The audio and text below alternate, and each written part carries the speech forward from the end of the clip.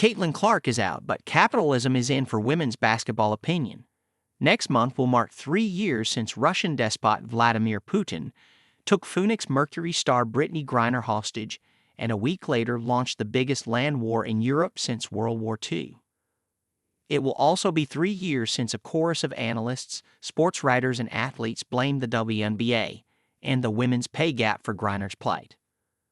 According to their logic, Griner was forced to moonlight in far-flung Russia in the off-season to supplement her paltry WNBA salary, thus making her easy prey for the Russian strongman.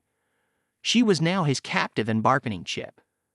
Griner herself wrote in Coming Home, her chronicle of that 10-month ordeal, that the pay gap is why I was in Russia in the first place. Her Mercury teammate, Diana Taurasi, had once put it this way: "We had to go to a communist country to get paid like capitalists, which is so backward to everything that was in the history books in 6th grade." My, how times have changed. And for the better.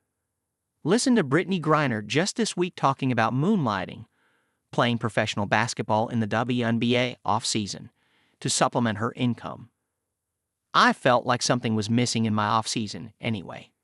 I was used to playing year-round, and then after everything that happened, I kind of felt like there was a void, because I should be playing and not really being off. I wanted to go back to work honestly year-round.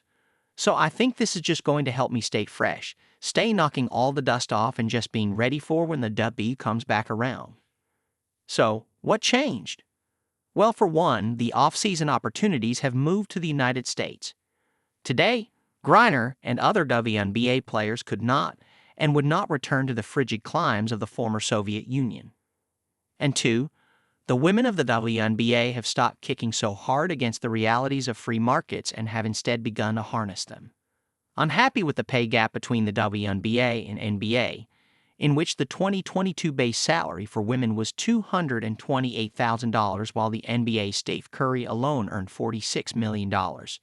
Two of the WNBA's brightest stars have decided to do something about it. In fact, something uniquely capitalist.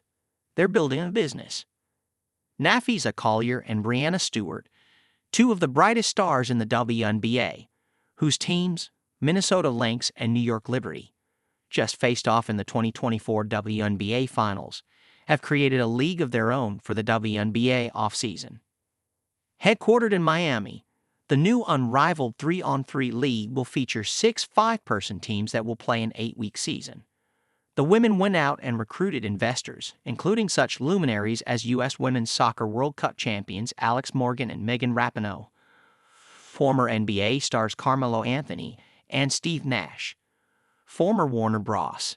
CEO Ann Sarnoff, and former ESPN and Turner presidents John Skipper and David Levy. They went out and recruited top talent from the WNBA by offering them investor equity, an ownership stake in the action.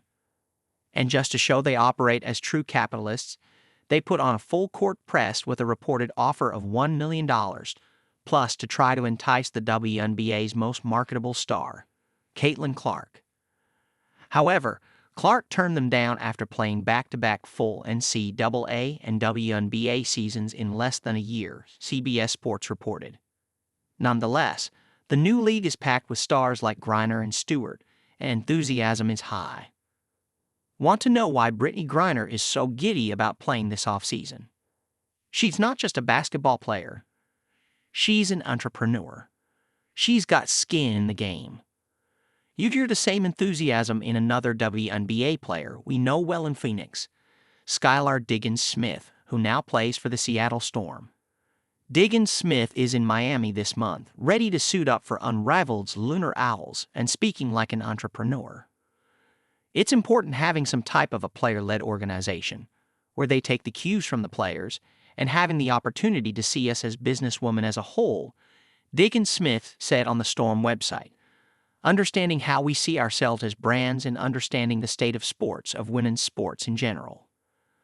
Playing in front of fans in untraditional markets where the W doesn't have presence, we want to capitalize on that. Diggins-Smith takes pride in her so-called hyphenated life in which she is a businesswoman, fashion icon, designer, executive producer, and now a part owner of a new women's basketball league. There's a lot of things happening.